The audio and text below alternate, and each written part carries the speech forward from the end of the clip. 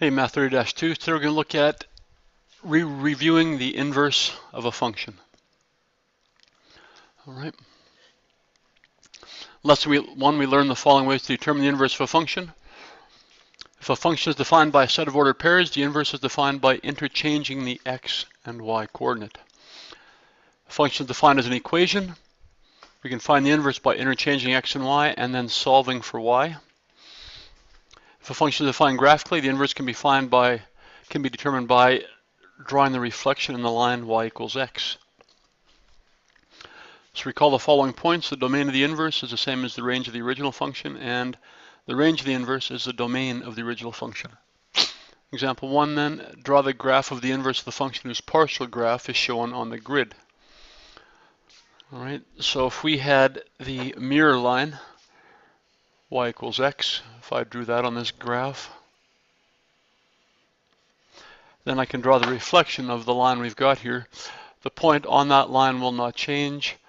All right, the point 2, 0 reflect at 0, 2.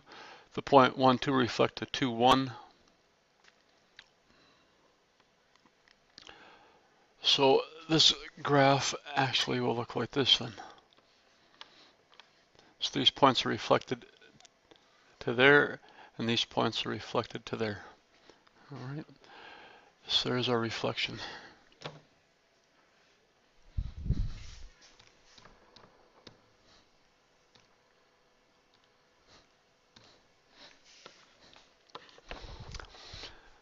The function passes the points 10, negative 16, and negative 10, 24. Write the coordinates of 2 points which must lie on the graph of the inverse. So my inverse is the blue graph. If the original function has a point 10, negative 16, then the inverse has the point negative 16, 10. And if the original function has a point negative 10, 24, the inverse has the point 24, negative 10. Part C, the equation of the function is y equals 4 minus 2x. Write the equation of the inverse. According to what we learned earlier, we interchange x and y. So x will equal 4 minus 2y. And now I want to solve this equation for y. So I'm going to subtract 4 from both sides and divide both sides by negative 2.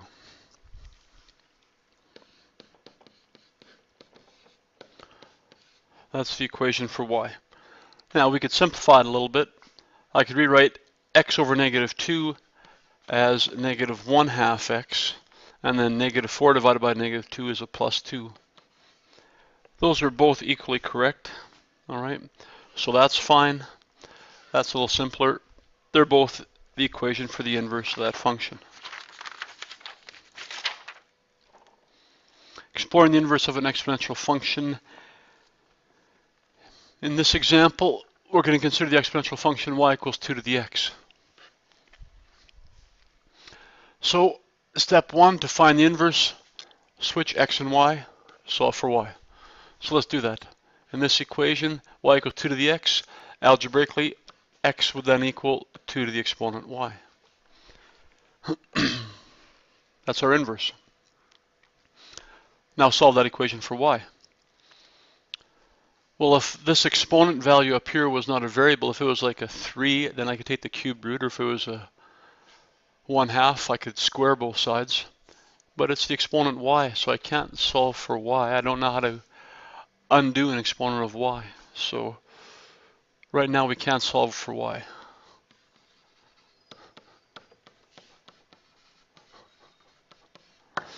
That's our difficulty.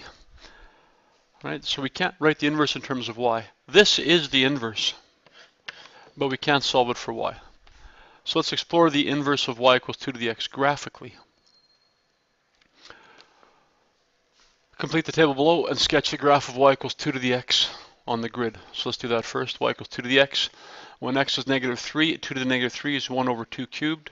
1/8. 2 to the negative 2 is 1 over 2 to the squared, or a quarter. 2 to the negative 1 is 1 over 2. 2 to the 0 is 1. 2 to the first. 2 squared. 2 cubed. 2 to the fourth. So we've plotted that graph already. So let's do that one again. When x is negative 3, negative 3, y is 1/8. Both there. Negative 2 is a quarter. Negative 1's a half, 0 is 1, 1 was 2, 2 was 4, and 3 was 8. So let's draw that graph. That's the graph of y equals 2 to the x. Compare that to the graph of x equals 2 to the y, the inverse. All right. So now y equals negative 3. So I've got x equals 2 to the negative 3. Well, 2 to the negative 3 is 1 over 2 cubed, so x is 1/8. Then x equals 2 to the negative 2. Well, that's 1 over 2 squared, or 1/4. And then x equals 2 to the negative 1, which is 1 over 2. And 2 to the 0 is 1, and 2 to the first, and 2 squared, and 2 cubed, and 2 to the fourth. So what you can see is the coordinates for x and y from the original function to the inverse have switched. What does the graph look like? Well, when x is 1/8, y is negative 3. So that's way down here. When x is a quarter, y is negative 2. When x is a half, y is negative 1. When x is 1, y is 0. When x is 2, y is 1. When x is 4, y is 2. When x is 8, y is 3. So let's complete that graph. Looks like that. There's our inverse. State the equation of the line of symmetry of the completed graphs. Well, the line of symmetry for any inverse function is y equals x. Let's draw that line. Y equals x should go right through there and right through there. That's the line y equals x. All right.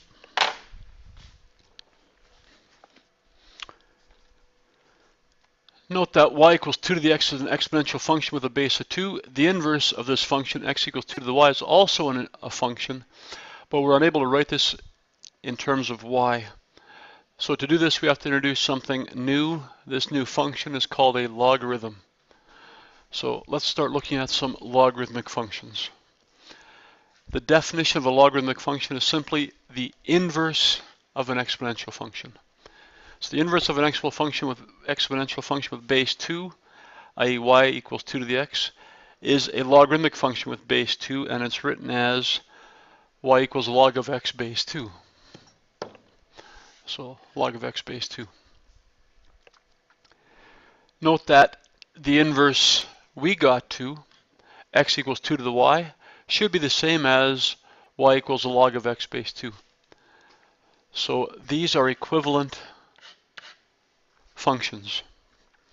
So in general, we would say the log y equals the log of x base b. We prefer that to writing it as x equals b to the y. And those are both expressions for the inverse of y equals b to the x. So the logarithmic function with a base of b has the equation y equals the log of x base b. X must be greater than 0. We can't have a negative argument. X must be any real number. B must be greater than 0, so we're not going to have a negative base, and it can't equal 1. So the inside of the logarithm is called the argument. The argument can never be negative. That's what it tells us right here. X, or the argument, can never be negative. So here are the parts of a logarithmic function. Y, the value of the log, equals the log of the argument x to the base of that logarithm. So the graphs of y equals 2 to the x and the graph of x equals 2 to the y are shown. Write the label y equals the log of x base 2 beside the appropriate graph. Well, y equals the log of x base 2 is the inverse of y equals 2 to the x, so that should be this graph. Y equals the log of x base 2. Complete the table below. For the graph y equals 2 to the x, I'll color that one blue. There's our graph y equals 2 to the x. The domain, x is any real number. The range, all those values for y are greater than 0. There is no x-intercept. The y-intercept is 1. And the asymptote's a horizontal asymptote, which is the x-axis, or has the equation y equals 0. For our inverse function, x equals 2 to the y, or y equals the log of x base 2, that's the equation of the inverse. Well, now our domain, x goes forever right, but it doesn't go forever left. It stops at the y-axis. So x must be greater than 0. All the x values here are greater than 0 all the way along. Our range, well, now this graph goes forever up and forever down, so our range is any real number. This graph now crosses the x-axis at 1, but it never touches the y-axis, so there is no there's no y-intercept. And the asymptote is no longer horizontal, it's now a vertical line. It's now the y-axis, and the equation for the y-axis, or any vertical line, is x equals, and for the y-axis, it's x equals 0.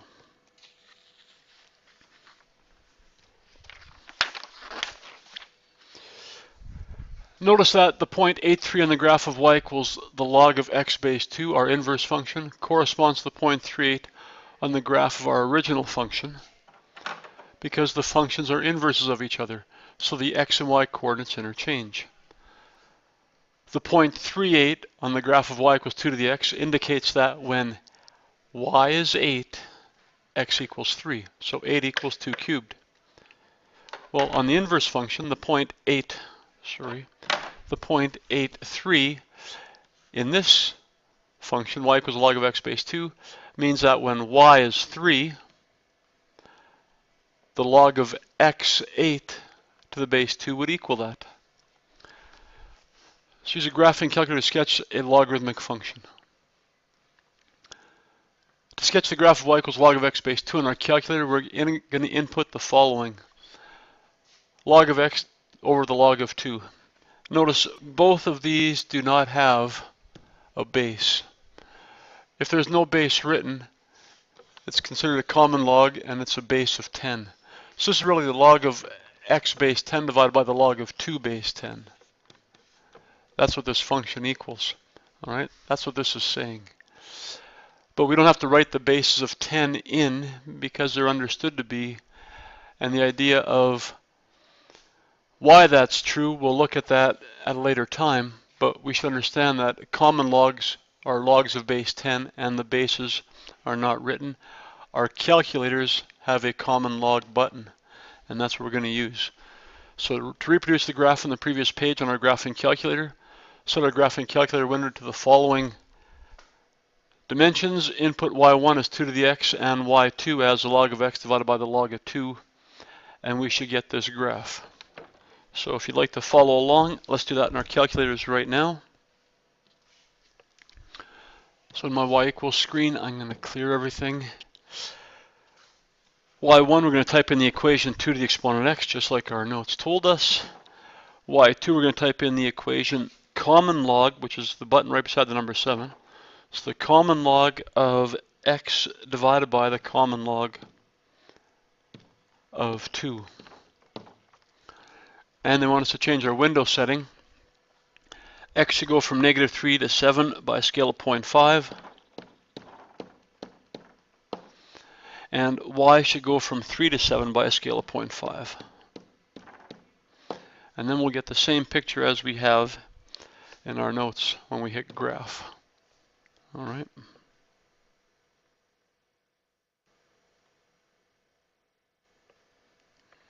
Guess not. So the window in our notes was wrong. Make sure we change the y minimum. Should be -3 in our notes, not +3. Then we get the correct graph. So now if I hit graph, there we go.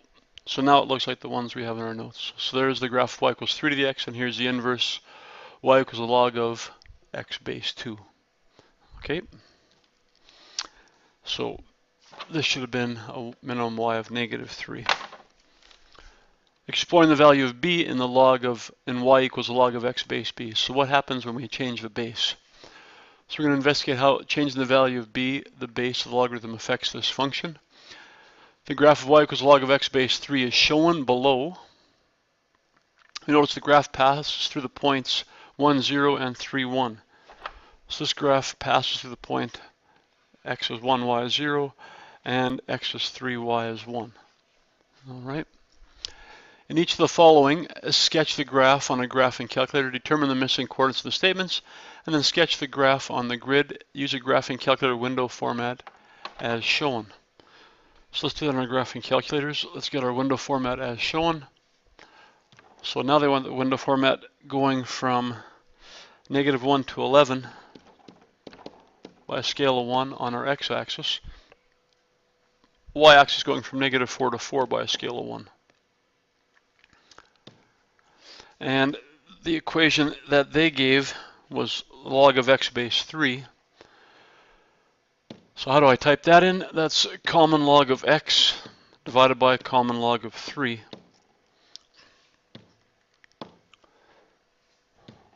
So if I graph that, we're going to see the same one as we have in our notes. That's the common log of x divided by the common log of 3, or the log of x base 3.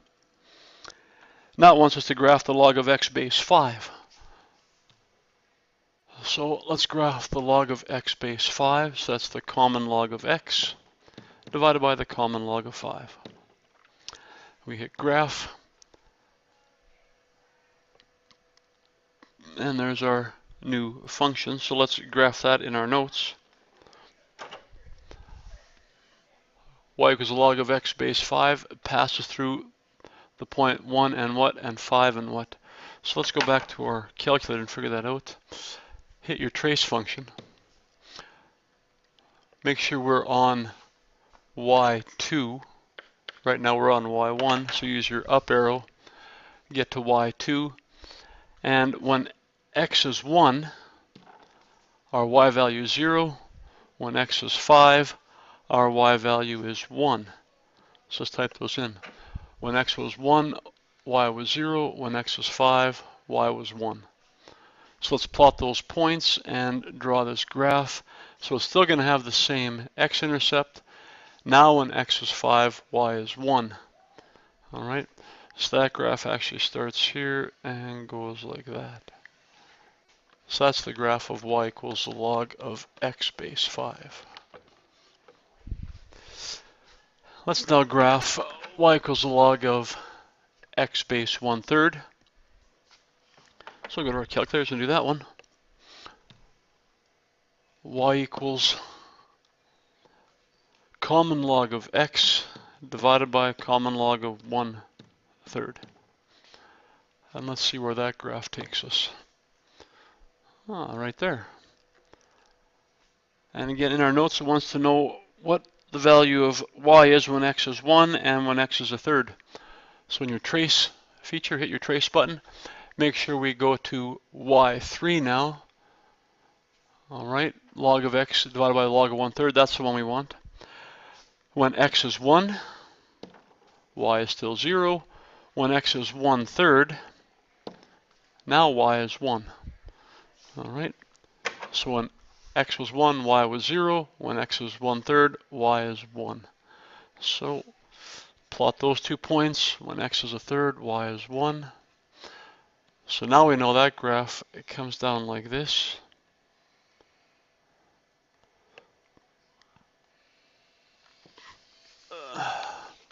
That's the graph of y equals the log of x base 1/3. And finally, let's draw the graph of y equals the log of x base 1/5.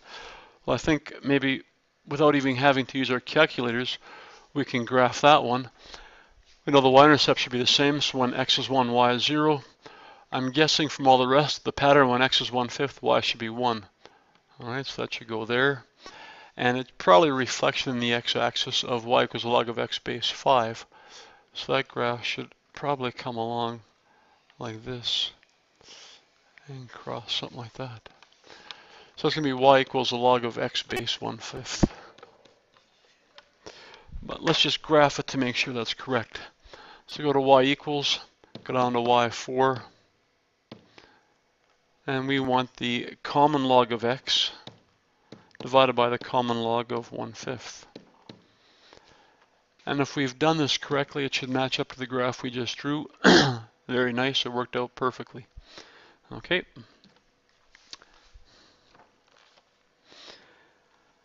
So you've got those graphs in your calculator. Now it wants us to complete this table. All right. Log of x base 3 was one that was given to us. The domain, well, the log of x base 3 has a domain where x is greater than 0. It never crosses the y-axis, so all the x values are positive. That graph goes forever up and forever down, so the range is any real number. The x-intercept is 1. There was no y-intercept. The asymptote is a vertical asymptote, which is the y-axis, has the equation x equals 0. And when y was 1, the x value was 3. If I go back and look at the log of x base 5, was our blue graph. Again, the domain, all the x values are positive. They don't touch the y-axis, so x greater than 0. The graph goes forever up and forever down, so y is any real number. Crosses the y-axis at 1. Never crosses the x-axis. It's got the same vertical asymptote, the y-axis, which is x equals 0. And now, when y is 1, x is 5 for our green graph. The domain, well, it's still the same. X never gets past the left side of the y-axis, so x is always positive or greater than 0. Y goes forever up and forever down. Crosses the x-axis at 1. Still never touches or crosses the y-axis. The asymptote is still the y-axis, x equals 0. And now when y is 1, x is 1/3.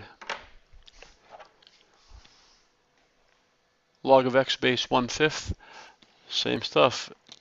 Domain, x is any real number. Sorry, x is greater than 0. The range, y is any real number. X-intercept is 1. There is no y-intercept. The vertical asymptote is the y-axis. And when y is 1, x is 1/5. So what can we say in general for this type of an equation, y equals the log of x base b? Well, the domain should always be x is greater than 0. The range, y is any real number. It will have a x-intercept of 1. It will not have a y-intercept. It will have a vertical asymptote at x equals 0. And the value of x when y is 1 is the base of the logarithm. So state the bases of the functions in A whose graphs are increasing from quadrant 4 to quadrant 1. So you go back and look. Quadrant 4 is the bottom one and increases into quadrant 1. The bases of those functions are the black graph and the blue graph. So bases of 3 and 5. State the base of the functions in A whose graphs are decreasing from quadrant 1 to quadrant 4. So the bases in those functions are the green graph, base of 1/3, and the red graph, the base of 1/5. All right. So two special logarithmic functions. I already talked really quickly about common logs. The common log button, we've been using it. Common logs are of base 10, and that's the only one of the two log buttons we have in our calculator. They're in such common use that we don't write the base, and it's understood to be a base of 10. So y equals the log of x base 10 is just written as y equals log x. And the natural logarithm. So natural log key. Natural logarithms have a base of e, which is that irrational number, kind of like pi. So the log of x base e is written as the natural log of x. So those are the two buttons we have in our calculators. Common logs, base 10, natural logs, base e.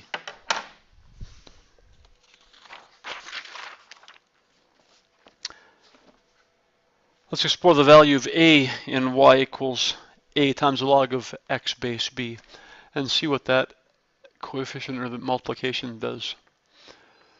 So we've got the graph of y equals the log of x base 3. Use a graphing calculator to sketch the graphs of the following on the same grid. So I'm going to let you guys do this on your own.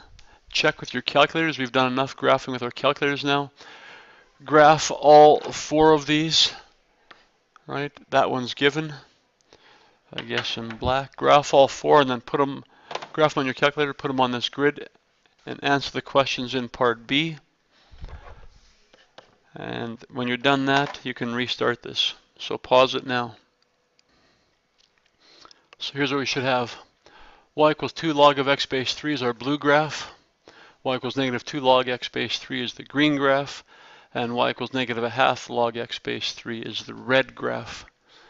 So based on these new graphs, does changing the value of a in the graph of y equals a log x base b, changing the value of a, does that change the domain?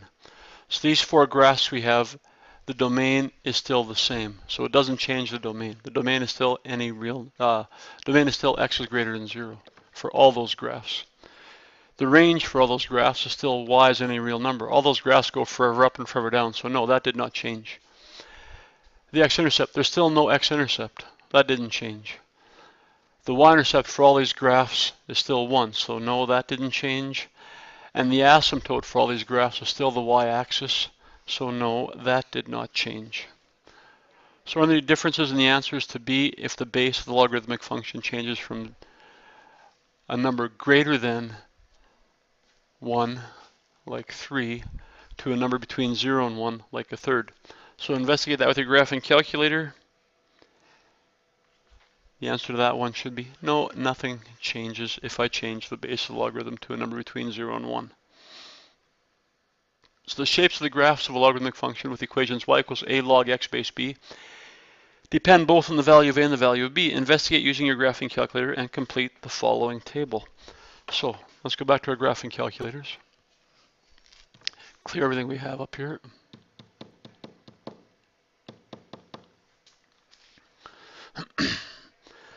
And in the first box, it asks us to have a value of a that's greater than 0 and a value of b that's greater than 1. So let's write an equation maybe that satisfies that. For this function, maybe that equation would be y equals an a greater than 0, 2 times the log of x, and a base greater than 1, we'll say 3. So let's graph that function. 2 log of x base 3. How do I graph that in my calculator? 2 times the common log of x divided by the common log of 3. Hit graph. And remember how to label our quadrants. This is quadrant 4. This is quadrant 1. So this graph looks to be increasing. The y values increase from quadrant 4 to quadrant 1. Well, that's what this says. The graph increases from quadrant 4 to quadrant 1. Perfect. Let's try a graph where a is less than 0 and b is greater than 1. So maybe this graph, y equals negative 3 times the log of x. The base is greater than 1, so let's say a base of 4. That satisfies those conditions, so let's graph that one. So when y equals, I'm going to say negative 3 times the common log of x divided by the common log of 4. If I graph that one, it looks like this graph is starting to decrease as it goes from 1 to 4. So that's what we're going to write. This graph is decreasing from quadrant 1 to quadrant 4. The graph decreases from quadrant 1 to quadrant 4.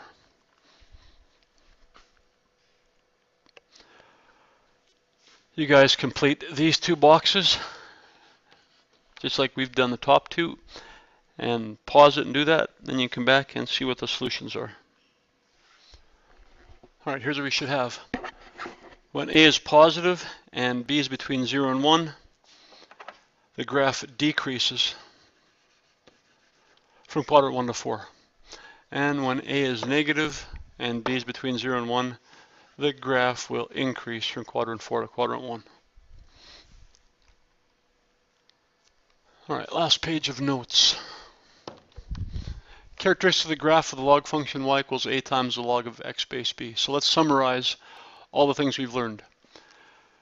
So from our previous explorations, we know that the x-intercept of all these graphs is 1. We know that there is no y-intercept. We know that the domain, let's try a different color. We know that the domain, if I write it out properly, is x such that x must be greater than 0 and x can be any real number. And the range, y can be any real number. All these graphs go forever up and forever down. The vertical asymptote is the y-axis, which has the equation x equals 0. We just completed this chart. When a is positive and b is greater than 1, the graph increases from quadrant 4 to 1. When a is positive and the base is between 0 and 1, the graph decreases from quadrant 1 to quadrant 4. If we go to a negative a value and have a b value greater than 1, the graph decreases from quadrant 1 to 4. And when a is negative and b is between 0 and 1, the graph increases from quadrant 4 to quadrant 1. Note that y equals the log of x base b is equivalent to x equals b to the y. Those are the same things. And they're both the inverses of our function y equals b to the x. B is the base of both the logarithmic function and the exponential function. That's a nice way to remember it. So state the inverse of the following functions, answer in the form y equals. So the log of x base 3 looks like this. The inverse should look like that.